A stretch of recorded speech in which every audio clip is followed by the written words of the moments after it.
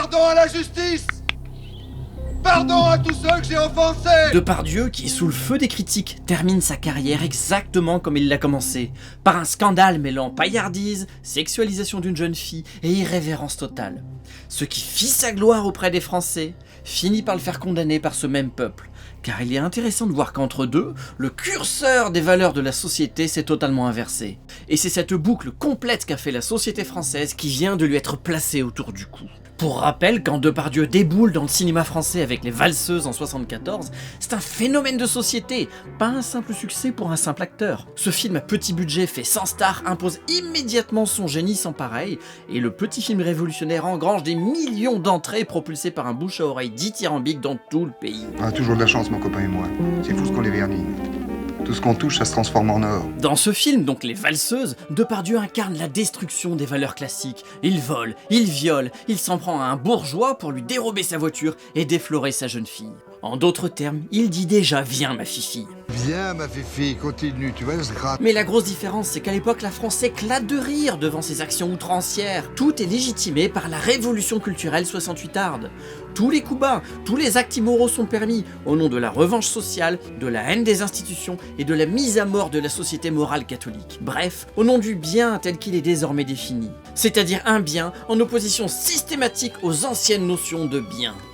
On y voit les tenants de l'institution française désignés coupables et condamnés à payer par la violence, l'humiliation et le mépris, comme un roi déchu qui se ferait lyncher puis guillotiner. Une révolution n'est jamais juste, mais justifie toujours ses errements. L'objectif de cette contre-société représentée dans le cinéma libertaire des années 70 est de tuer toutes les références anciennes, toutes les valeurs. Dans ces années-là, la gauche culturelle ira jusqu'à promouvoir la pédophilie par opposition aux interdits de la société classique. Vous savez, quand une petite fille de 5 ans et demi, commence à vous déshabiller. Oula, c'est fantastique. C'est fantastique parce que c'est un jeu absolument érotico. À la manière d'un film catastrophe qui offre le spectacle de la destruction fascinante du monde sur grand écran, ce cinéma libertaire des années 70, dont est issu Depardieu, détruit toute forme de politiquement correct, de convention, de respectabilité sociale. Il devient le contre-pied absolu à toute valeur un tant soit peu respectable. Les films français de cette époque n'ont déjà plus les moyens de détruire le monde sur grand écran, ils détruiront le confort de vos certitudes. On voit que vous avez été absent longtemps, mon jeune ami. Vous avez loupé 68. Rien n'est plus comme avant. Et Les Valseuses suit ce plan à la lettre. Il fallait avoir les cheveux courts, tu les auras longs. Il fallait tenir la porte à la dame, tu la harcèleras. Il fallait faire des études, tu seras anarchiste. Il fallait travailler, tu voleras. L'amitié, c'est sacré. Ici, tu pourras violer ton pote et il n'aura pas le droit de t'en vouloir, sinon c'est fait de lui un petit bourgeois étriqué. C'est parce que le message gauchiste révolutionnaire était bête et simpliste qu'il a fonctionné à merveille. Les révolutions sont rarement subtiles, mais peuvent accoucher d'œuvres qui le sont. Par la suite, à l'image de ce cinéma jouissif qui s'est vite essoufflé, Depardieu s'est assagi, à sa manière. Il est devenu une figure institutionnelle tout en restant virtuose. Et pour lui, ces mots ne sont pas à employer à tort et à travers. Il réalise vraiment dans les années 80 des performances dont aucun autre acteur au monde n'est capable.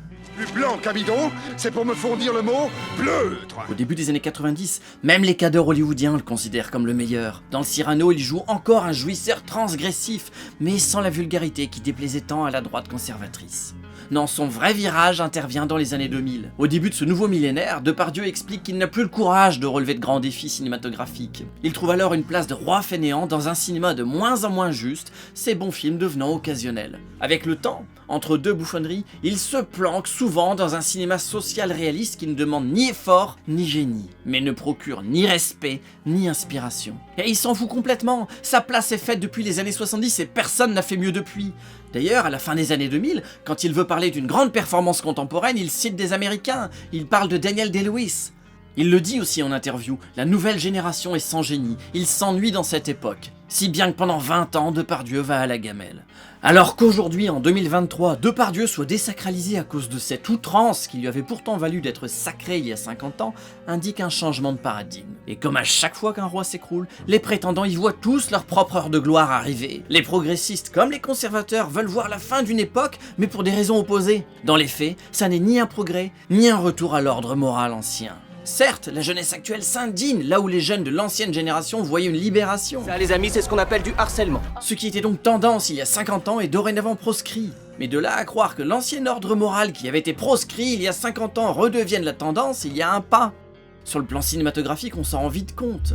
Le fantasme conservateur d'un strict retour aux formes anciennes n'est pas jouable, sur la forme comme sur le fond, parce que les anciens professionnels et leur savoir-faire ont disparu, et ces attentes de spectateurs n'existent quasiment plus. Mais d'un autre côté, l'impossible conciliation des progressistes qui veulent un en même temps, avec un discours de progrès, tout en revenant aux fondamentaux, ne provoque cinématographiquement aucune passion, aucun dépassement personnel, juste de la lassitude. On le voit en ce moment à l'écran, refaire D'Artagnan, donc une œuvre classique, en modernisant vaguement le discours sociétal, en faisant de Porthos un bisexuel, ce qui serait une idée de progrès, ça n'attire pas les foules, ça ne provoque aucune passion, c'est un fade en même temps.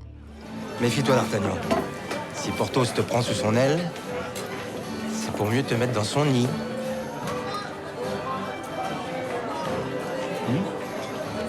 Ah, vous aimez les... Tout comme le font ces woke américains qui, eux aussi, incapables de créer de nouvelles figures mythiques, croient concilier le progrès à la tradition en proposant un Cyrano de Bergerac nain qui fait du slam ou une Blanche-Neige devenue afro-américaine. En conséquence, au-delà de ces tentatives désespérées de rejet du passé, d'accommodement boiteux avec le passé ou d'une impossible restauration stricte du passé, il faut une troisième voie, tout aussi imparfaite mais de nouveau jubilatoire, qui assumerait un nouvel exutoire à la hargne populaire, à l'explosion créative incontrôlable, loin de toute censure politiquement correcte, avec de nouveaux prétextes à la rébellion, de nouvelles têtes de Turcs, des rois à pendre, des traîtres à lyncher, des acquis à défaire, des institutions à déconstruire, des nouvelles cibles offertes à la moquerie générale, de nouvelles vengeances aussi mesquines que jouissives, bref, un putsch artistique, avec de nouveaux rois trônant sur le 7e art, de nouvelles institutions à bâtir jusqu'à l'épuisement. En somme, exactement ce qu'ont fait nos anarchistes libertaires des années 70. Le roi Depardieu est mort, longue vie au roi.